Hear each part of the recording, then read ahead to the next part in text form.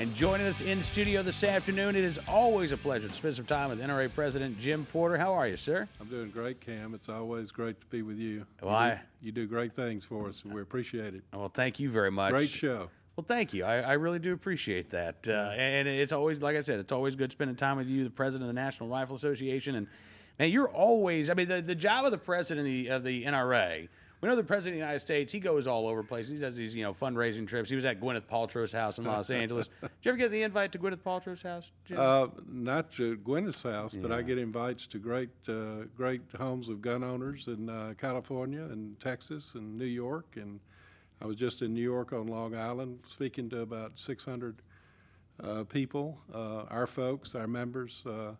And, you got an NRA hat on, you got an NRA logo on. We know who you are. You're good, solid, voting, hardworking, good American, solid citizens. That's what the NRA is made out of. So, I choose to spend my time with our great members and the people that really make this country work every day. Yeah, and you make a good point. You were just in Long Island. You say you go out to California. The places that we think of as anti-gun, places, they are still home to a tremendous number of gun owners. I mean, you look at the, we have hundreds of thousands of members in New York. You look at Wisconsin, Pennsylvania, again, hundreds of thousands of members. California, hundreds of thousands of members. And, it's a real pleasure to go to California, particularly because they're living under siege. And we go out there to show them solidarity. I mean, wonderful people, hardworking folks, and great hunting opportunities, great outdoor opportunities. It's just a wonderful state. It just happens to be governed by a bunch of kooks.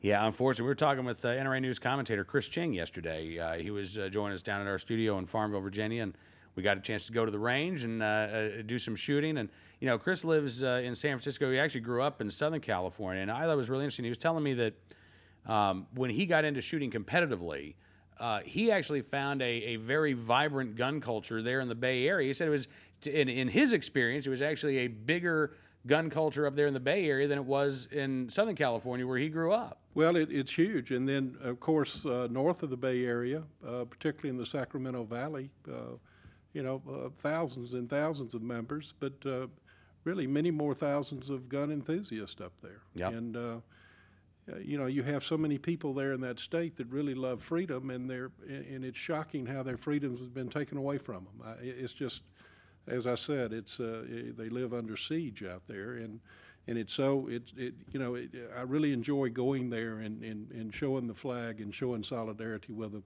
and gosh, they really appreciate it.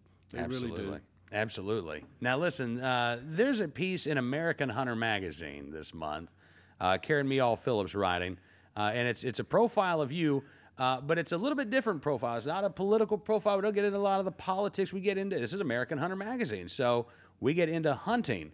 And I thought this was really interesting. You were going after a Merriam's gobbler, as Karen wrote, the last of the 4 subspecies that you needed to complete your Grand Slam. Tell me about this, Jim. Well, it was great. I was so fortunate. As you know, my dad was president of the NRA before me in 59 to 61, and I'm a 6th-generation Alabama landowner. We've grown up on the land, taking care of all of the natural resources there, including the wildlife resources. And hunting and wildlife conservation is a huge part of my life. And one thing that I really wanted to do this Grand Slam tour, the turkey hunting is something that resonates with our members. It's, it doesn't cost a lot of money. You can do it on public land. And it emphasizes what NRA does to protect hunting, to protect the out of doors, to protect the natural resources, and particularly the wildlife resources we have in this country. The NRA is in every state legislature. We are the leader in promulgating open hunting lands rules and regulations, keeping opportunities people, the working guy, to go out there and be able to hunt. And it's vital what we do, and we need to do a better job of telling the public what we do, because we are the leader in that. Dealing with BLM issues, dealing with EPA issues on the lead issue and these other issues, but wildlife management is just a vital part of what the NRA does.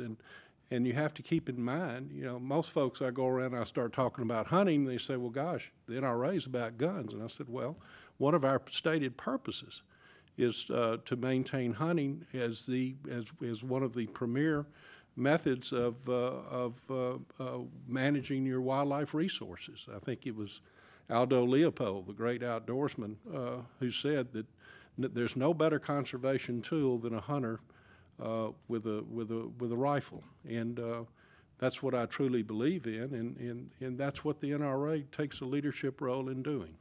So you decided that you wanted to get your turkey Grand Slam, right? You grew up hunting I turkeys, grew up right? turkey hunting, but I chased the eastern wild turkey all of my life, but I'd never hunted the Osceola or the Rio Grande or the Merriams, which are the four turkeys, basically the U.S.-based turkeys that are called the Grand Slam. And again, I thought it would resonate with our members, and I thought it would be a lot of fun, and it has. It's really, I mean, the feedback that we've had has been extremely supportive, and also in that article, there's some sidebars in there about the part that NRA plays in conservation and conserving not only hunting, but also our wildlife resources. Absolutely. In fact, one of the things that Karen mentioned was the NRA Hunters Leadership Forum, which this is the first one, right? Right. It's we had our first meeting in Indianapolis, and it's something working with Wayne Sheets and the other staff there at the National Rifle Association. This is a way that we really bring to the public attention the what NRA does for hunting and wildlife conservation. And you know, it comes about, as I said, I go to different places talking about hunting, which is a passion of mine, and folks would ask me again, why are you talking about hunting? You're the NRA. And you know, then you point out exactly all of what we do for that, and I've had lifelong friends tell me, said, Jim, why didn't you tell us this is what the NRA is doing, you know? So that was the purpose of the Hunters Leadership Forum, and we have a great group of people, and it's growing. They're vastly interested in it, and the staff has done a great job on promulgating literature and also programs to deal with the hunting and wildlife conservation issues. You know, and it's we were talking yesterday with Chris Chinga about the. I don't think that there is a stereotypical gun owner in this country anymore, if there ever was. But there are certainly, you know, look, you've got folks who own guns for any number of reasons. Most of the time, multiple reasons. You know, I know people who are gun owners. They have their concealed carry license, so they are a gun owner for the purposes of self-defense. Right. But they're also plinkers. They like to go out and have fun with their kids, and they like to hunt as well. I mean, there are any number of reasons why we possess firearms, why we want to keep our firearms around. And, you know, the work that the NRA does, as you say, all around the country. I mean, just yesterday on the Sportsman Channel show, we talked with the folks up in Maine, right, about the bear hunt referendum that's on the ballot there. You know, this is a proposal that Humane Society of the United States is pushing really, really hard. The Wildlife Conservation Department is opposed to this measure. The guides, the outfitters, the gun owners in Maine are opposed to this measure. And it's issues like that I know that the NRA is involved in as well, pushing back against these anti-hunting referendums. Well, the thing that's so important about these referendums is that our position and the NRA's position is right there in line with the conservation officials, the Department of Natural Resources in every state.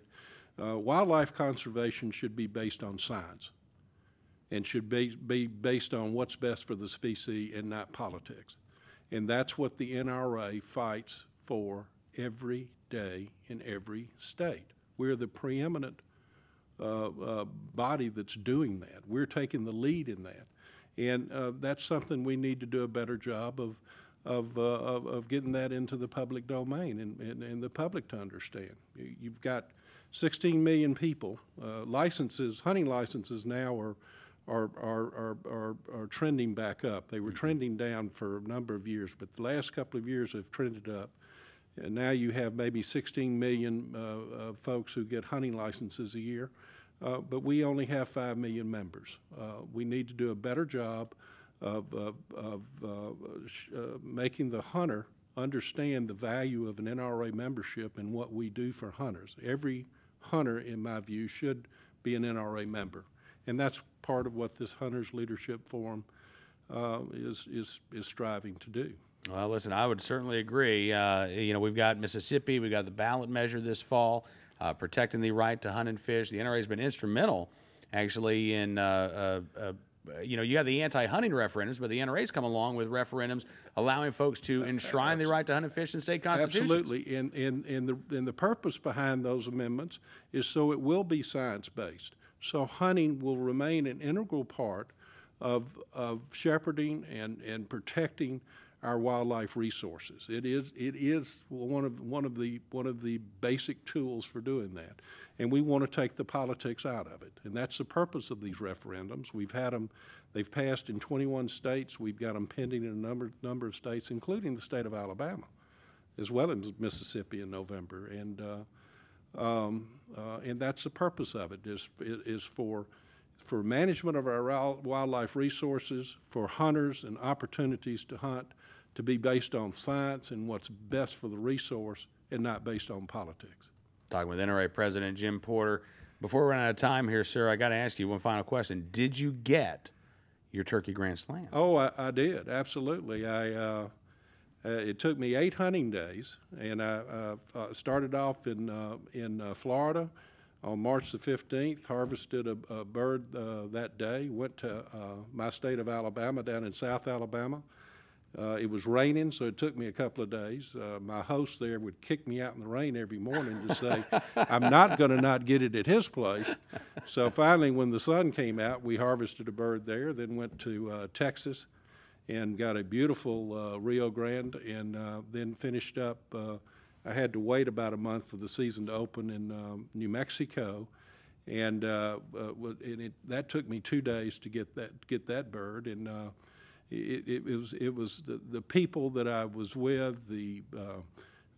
Couldn't have been nicer. You know, like going to any NRA event or friends dinner or whatever. It's, you know, you have this commonality of interest, the love of the outdoors. And if you read the article, you'll see there's discussion about how they manage their wildlife resources, which is important, and then the history and the legacy of hunting in some of these places that are over 120 years old, been hunting grounds and places like that. So it was just a real honor for me to do that, and it was a lot of fun. The last turkey I shot, the Merrimans, I happened to knock him into a creek, so he doesn't look too good, but I got him, I can assure you. Well, listen, President Porter, I cannot thank you enough for spending some time with us. Like I said, it's always a pleasure. I hope that our paths cross again before Nashville, Tennessee in the 2015 NRA annual meeting. You can bet your life they will, for sure. But thank you for what you do. Well, thank you, sir. NRA President Jim Porter with us right here on NRA News, Cam and Company.